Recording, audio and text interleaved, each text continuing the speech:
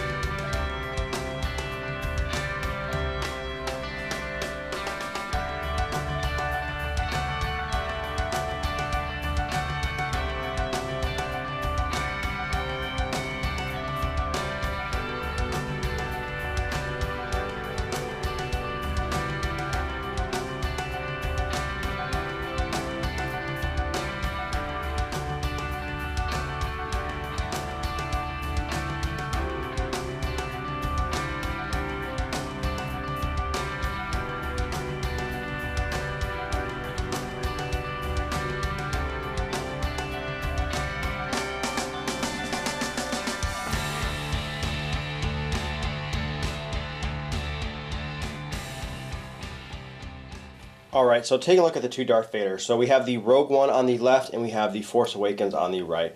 And obviously the first thing you notice is the Force Awakens one does have a cloth cape. And I do love having cloth capes. I think it gives that figure a little something extra. And you can see how nice his cape looks. I mean, it just flows really, really well with this guy.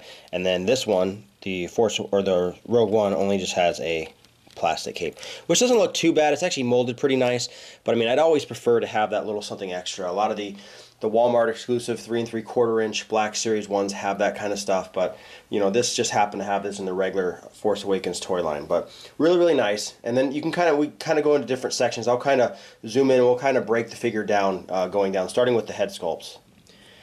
Alright, so taking a look at the helmet. So the Rogue One on the left, you can kind of see where the actual helmet comes down on the side of his head, where there's actually, it looks like a little bit more of a gap between the mask, and it just looks, I think it looks better than the Force Awakens one. Actually, the helmet right here is just more, you know, closer to the mask, and I don't really like that. And now obviously this one has its faults, as I did in my review, where it's just molded crappy, and it might just be mine, where it's got a little piece where you can see the injected molding, and as we flip this guy over, you can kind of see the profile of these two. I'll try and get them close to each other, and you can see how the Rogue One has the mask stick out a bit more, and then this one's kind of more pushed in, almost like a pug face. And I definitely, like I said, prefer the Rogue One. And then on the back, they're pretty similar. There's not really much to them in the back that makes them look different, but definitely when it comes to the mask, the Rogue One is definitely the visual winner. And as we kind of go down a little bit lower, you can see the chest armor, and you can see that this one is kind of more of a shinier paint. It's hard to see with the light, and this one is much more like just bright gray flat color. And I actually think that the Rogue One does look a little bit better. This just is too bright of a silver. This is more movie accurate. Now this does look like this is more going to be from the Episode 4 timeline, where it looks like it has the cloth molded over the top of the chest armor. But I mean, still the gray that you do see is much better. And then when you look at the chest box, both the chest box are pretty nice. This one is listed a little more prominent. The buttons look a little bigger and larger, and I definitely do enjoy that overall. But the one main thing that you can kind of start seeing on this figure as well is when you start looking at the actual clothing that Vader wears, his actual suit. This is, you know, they both have the pleats molded into it because it's got that pleated pleather look. But this is like a shinier plastic, and this is more flat.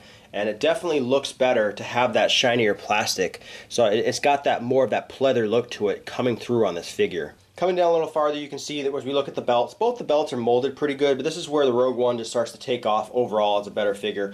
This actually, the Rogue One actually has a molded undercoat, which just looks really, really nice. I mean, it's extremely well done on this guy, and it makes it look better. It gives it more layers, more depth, more 3D depth, and the legs are individually molded. And then as of most of the figures in the Force Awakens toy line, that undercoat is actually molded into the legs, and you can see it right here. When you actually spread the legs, it's connected to it. And that's just a really cheap way they did this figure. But you can see both the hands are pretty much molded the same. Each lightsaber hand is basically molded the same, and then they each kind of have almost like a Force grip looking hand.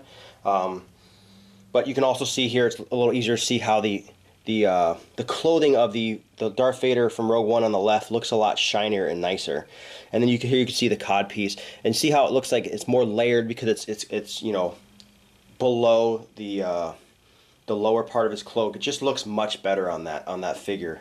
And then the legs, like I said, because of that extra molded little undercloak on the Rogue One, one being separate and being rubberized, the legs just look so much better. As you can see, the legs are just one big piece on this figure, and it's unfortunate to see that. It's kind of cheap, but they did that on a lot of the Force Awakens figures.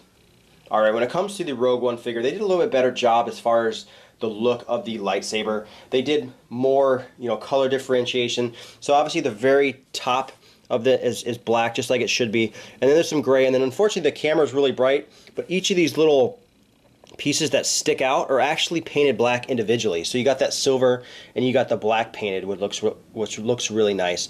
They spent the extra time with the paint job on there, which is you know, much appreciated. Also on the blade right here, it doesn't have like almost like an emulsion style little flash that a lot of other toy lines did. And then as we pan over, you can see that the Force Awakens, it's hard to see, but you can see that it's actually got like a little emulsion looking thing, like it's been ignited.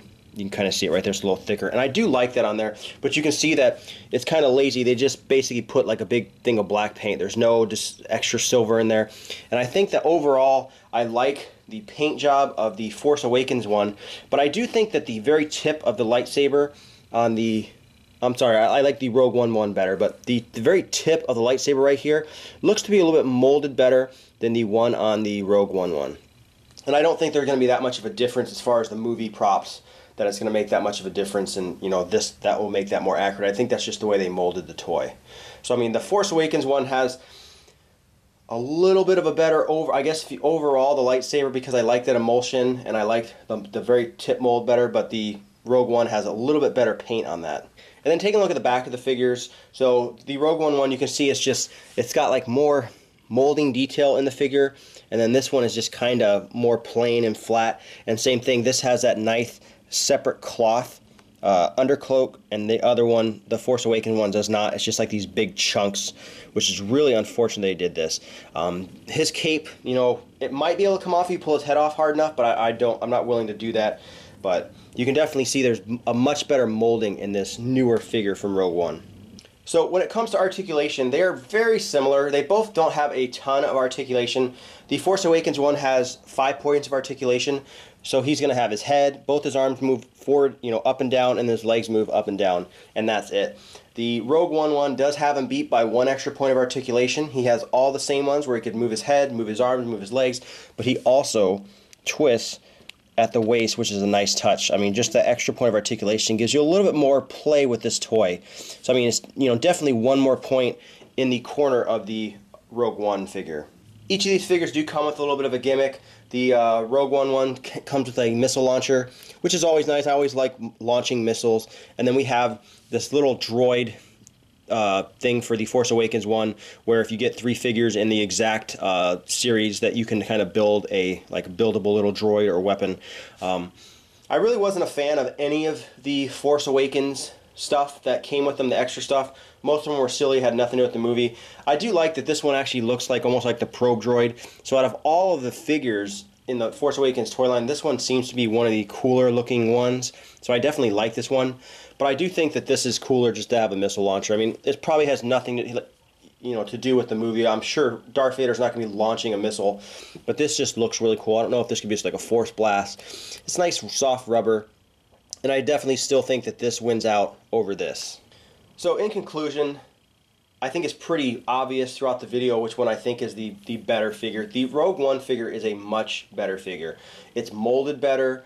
I like that it doesn't have the the undercape molded into his legs. I mean, just the extra point of articulation, you know, everything about it. The paint, most of the paint is better. The shinier look on his clothing that gives him more of that pleather look. I mean, it's just a much better figure. The lightsaber is a little bit more detailed when it comes to the paint, even though this one does have more of a, I think, more of an accurate molded lightsaber.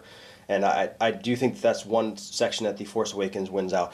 But I mean, the main thing where I really wish this figure would be over the top and would be if it had a cloth cape like The Force Awakens one. I think that's unfortunate. I don't know why they didn't do that. I think that this figure, you know, would look a ton better with that. You know, and that being said, I think that both figures would definitely benefit from more articulation. I mean, it's unfortunate that they slowly step backwards in time. You know, they progress and kept on adding points of articulation, and then they just, these newer series, they just took them away. But it's definitely nice to see that the Rogue One series seems to be adding like a waist, you know, rotation or articulation. They give that extra point of articulation. So definitely one more thing it has above the Force Awakens toy line.